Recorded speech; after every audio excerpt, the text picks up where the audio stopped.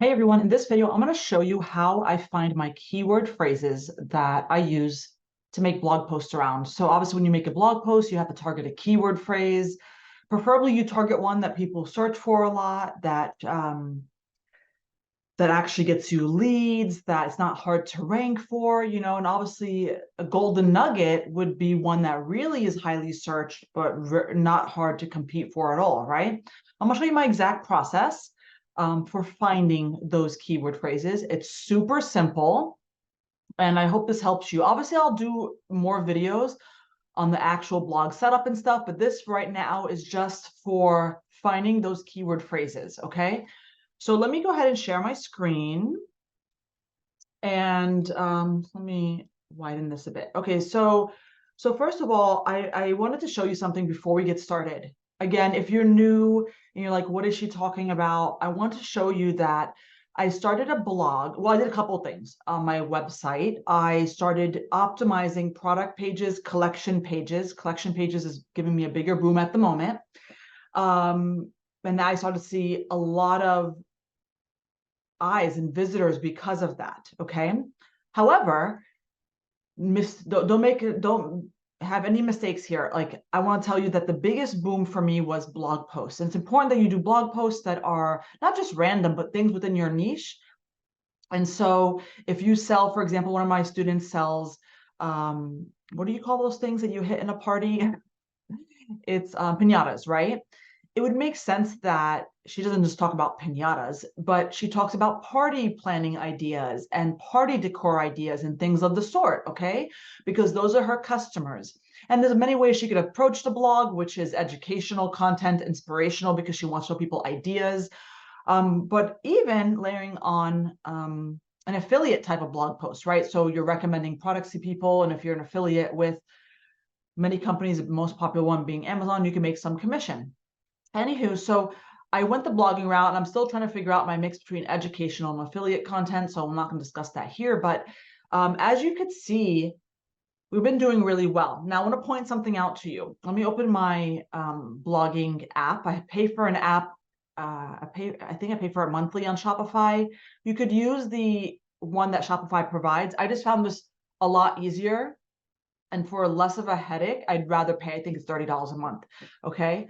So, and we're really going really hard on blogging. So that's why I did it. I post, okay, so these are all in draft. If you see here, these are all in draft. I just came back from vacation. I have to approve it because I have one of my team members starting blogging, and she's following a procedure. Like, I have like a step-by-step checklist, and I'm just making sure that's all done. Okay. However, I think this one, okay, so these two were posted right before I went on vacation. It's only two. They barely got posted, and it was about less than a week ago. Okay. However, 3 weeks ago was my last post. In fact, I wonder if I could see when exactly it was posted. See article. Yeah, I think if I go to see article, I'll be able to see the date, September 7th. Okay. So looking at my calendar, guys, it's been over a month since my last article. Now, we have a plan to continuously put blog posts up. But having said that, look, obviously you could see I'm going up. And by the way, ups and downs are normal. Okay, it's daily, like ups and downs is normal. But as you can see, I'm not really passing this 240 mark in terms of clicks, right? I'm between those two lines right here. But I haven't posted in over 4 weeks. And I feel like if I did post daily or weekly, however you guys want to do it, I would have seen a more drastic increase. Okay. Nonetheless, it's working. I'm going to prove to you it's working. Okay. So, but it's not because I'm just blogging, but I'm going after keyword phrases that, one, make sense for my website, and that I'm able to compete for, and that people search for. So for example, if you're in the blogging niche of finance, I don't know why I would do that, because people that watch me here are usually e-commerce people. It's probably almost impossible to get found in the top of search for how to make money online. You could probably bet it's really competitive, but we know that it's really highly searched for. So your goal is to get things that are highly, highly searched for, and that is not that competitive. So here's what you do. Okay, here's some of the good stuff. Okay, you go to Google Keyword Planner. Oh wait, I have it saved. Hold on, I have it tabbed. Where is it?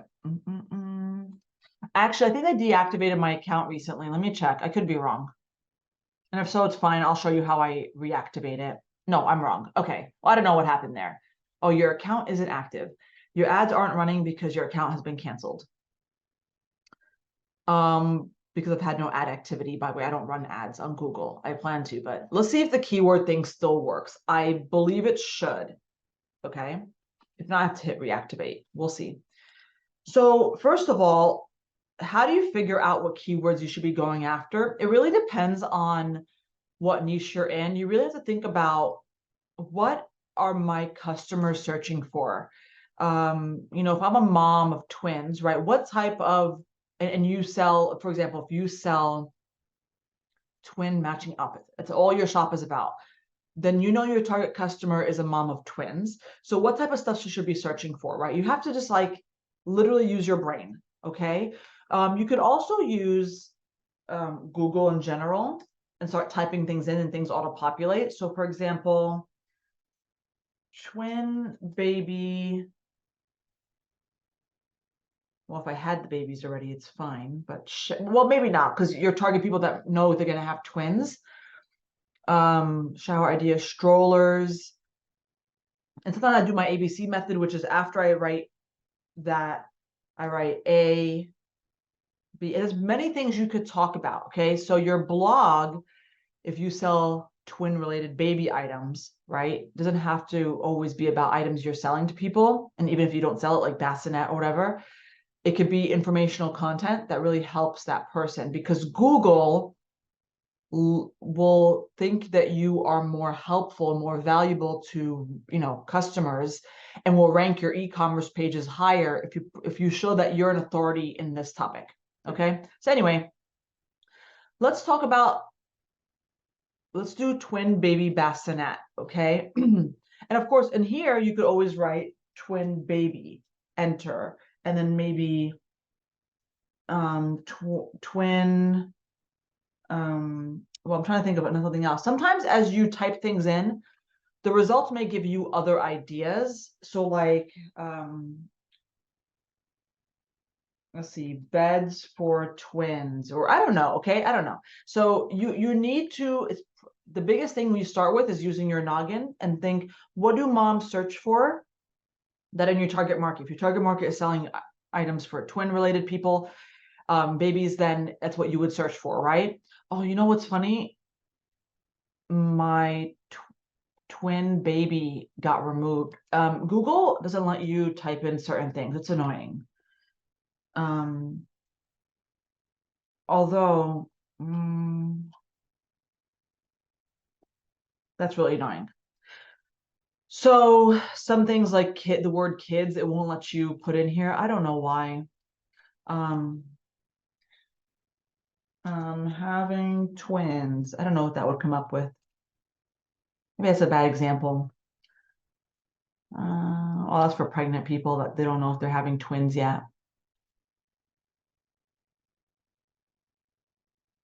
If I put the word baby, I think it doesn't allow it. I don't know why, but it doesn't allow it. Yeah, it's silly. So okay, let's for this example, let's do something else. Okay. Let's do twin baby shower ideas. Actually, might take away the word baby. Ah, this is really annoying. How about twin shower ideas? Silly. Okay. So first, you have to get something that is highly searched for.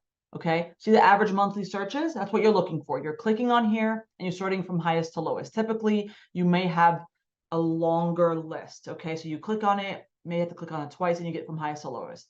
So I see diaper cake for twins, twin shower themes, gender reveal cakes for twins. That's fun. Okay. So I'm going to copy that. Now, I know that it gets searched for per month, 100 to 1,000.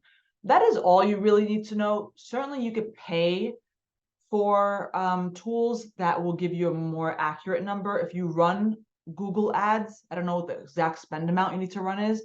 They will actually give you exact numbers. I don't run ads, so I don't get that. But a lot of tools can give it to you. One tool that I use is Keywords Everywhere. So I'm going to activate it just for this example. And if I activated it, I'm searching for it. Okay. And so it shows up here, 210 per month. Listen, I don't have a magic number, okay? For me personally, I would like 100 or more per month because there are so many blog topics, so many. Could you imagine? I sell personalized stationery.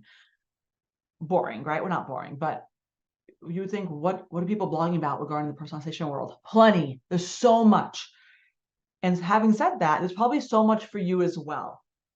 Having said that, I would never go after something that's lower than 100. By the way, even if you did, it's okay, because you get found for more than just that keyword phrase. So if you're targeting gender reveal cakes for twins, okay, let's say it only had 50 searches a month, Google's probably going to show your blog article to people who search for other related items. So it's going to add up. It's going to be 50 here, 20 here, 30 here, 100 here, etc. for these different phrases. To show you that, if you go, I'm going to show you my Google Search Console, right?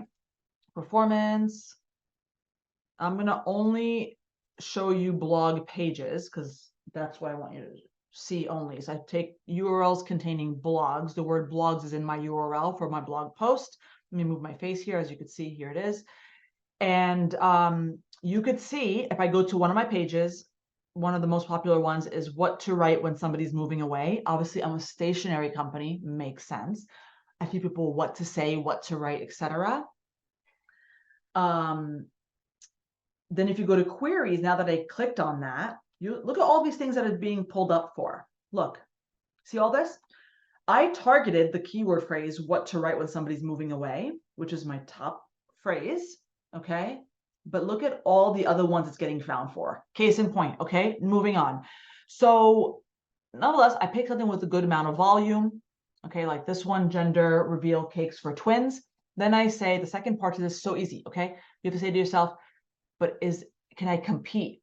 First thing I do, or I have my team do, my lady, person that does the blogging for me now, is I say, is this search result, is the search intent meant for a blog post? So, meaning if I searched for, let's see, personalized stationery, what you're probably going to see in search results is marketplaces or e-commerce stores, all of it. I mean, there might be one search result in that top page that shows you a blog post, okay? If a majority of all are showing you marketplace, like products, linking directly to products or to product collections or Amazon or Etsy or wherever, then you probably shouldn't write a blog article about it. There's other things to go after because you're most likely not going to be found on the top of search for that. Google is showing us what the Google searchers are most likely clicking on. That's why it's on the top of search. So you have to match search intent, meaning if I'm searching for, if I live in Vegas and I search for the weather in Vegas this weekend, it better not be showing me shows I could go to. It better not be showing me airline tickets. Like, it makes no sense if I live there, right? It has to match my search intent. Otherwise, I won't click on it, okay? So before you go after a keyword phrase and create a blog article, you have to say to yourself, do people want a blog article? Never mind what's going to be in it. We'll talk about that in a second. So I look, gender reveal cake for twins. So I look and I say, okay, so I see Pinterest, people are looking for ideas. Remember the search intent, we'll use that later. Food Network, it looks like there's like a recipe. Cake Central, there's twin gender reveal ideas. Gender reveal cake for twins. Okay, so it looks like it's not e-commerce. Obviously, I don't think it would be. My gut told me it was going to be idea related, and it's true, okay? Twin gender reveal cake, okay. 14 gender reveal cakes for sharing your sweet baby's name. So yeah, I think a blog article could fit really easily in this, okay? We'll talk about the content another video, but yes, I could go after this, but should I? Let's see how saturated it is. So I have a little bookmark up here. Do you see that, guys? It's called DA Scraper. You can name it whatever you want. I'll leave the code in the description down below. If I forget to, please remind me, like in the comments, and I'll show you how to do it. So, but first, you have, in order to use this, you have to have keywords everywhere. It's so cheap. You pay $10 and it gives you 100,000 credits. Sorry guys, my internet went out. I'm back. So anyway, I forgot where I left off, but this here is a bookmark I created, and when you click on it, it actually does an action for you. And I made it super easy. I'll share the code with you, like I said, but you do need to have keywords everywhere, okay? Because with keywords everywhere extension, it will show you these scores here, okay? See the MOZ-DA? Okay, that's domain authority. It kind of helps me understand, not with 100% accuracy, but helps me understand the quality of that link, because it may give me clues to whether or not something's low quality or lower quality on the first page. Then I have a very good chance that I could compete and beat that person. My domain authority score, I believe, is a 20, okay, or something like that. I'm sorry, maybe 15. So for me personally, I don't go after anything that is above a 39. Okay, so let me show you. Okay, so let's click on this. I have it activated. So when I click on this, it shows me all the DA scores, the MOZ-DA values in a nutshell, which is why I really like. You don't need this. You could just scroll down, but it's so easy. Like me doing that bookmark thing is for free. You do have to pay for the keywords everywhere. As you can see here, there is one, right? The 38. Okay. And so what I like to do is I put a Google Sheet document. I put in my keyword phrase that I found, the amount of search volume, and you could take this, you could copy and paste this entire thing and put it in the third column. Okay. So then at a glance, you could see how many web pages you're able to probably beat. The more you're able to beat, the better. So in this one, I'm only able to beat one. Doesn't mean I shouldn't go after it. I'm just saying it just helps you prioritize, because you're going to find so many keyword phrases. Okay. So that's what I do over and over again. Let me see if I could find my assistant's. I don't know where she put her customer service, her Google Sheet document. Actually, it might be linked inside of our SOP. Let me see. Oh, there it is. Shopify strategy. Can you stop? It's taking so long to load. Okay. Keyword concept. Okay. I think it's in this one. Again, it's just a regular spreadsheet. Yeah. I put the search phrase, I put the search number, and then we write the number of how many we are able to beat. So that example I just showed you was 1. So we put in 1. The higher the number, the better. Okay. Then we decided to copy and paste those numbers in the next column, because if in the future we want to look at how something's performing and kind of cross check and see, did it have to do with how many we were able to beat? I don't know. So we put it in there, and then we then create the title. That's for another video. I have a super duper amazing process on how I create the title. I will definitely do another video if you guys are interested. Highly recommend. Okay, so let me know in the comments below. Oh, I think she's timing herself. I love her. She's fantastic. She's timing herself to see how things are flowing. So then over time, she could see how many blog posts I think she could do in a day and stuff. Yada, yada, yada. And then once it's done and it gets scheduled out, she either puts the scheduled date it goes out and then the URL, or just the URL if it's already live. Okay. I mean, that's a little process. I would recommend you do the same. And so you might say, Dal, you didn't do a lot of research. Well, I did actually, but I decided to retire my list because there's so many keyword phrases. She's not going to need help to look for her own, but she on her own, we did training and she found all these phrases and essentially you just go one by one. You get the number. If you don't want keywords everywhere, you don't necessarily need the search number, because Google Keywords will give you an average estimate. There's also free tools you can find online that will give you averages as well. But the only reason why I pay for keywords everywhere, because it's convenient. It's only $10 for 100,000 credits. Every time you do a search, it's a credit. Okay, so duh, right? It's like you have to do it. And then it gives me that DA score. DA score is not the only thing that could get you found in search, by the way.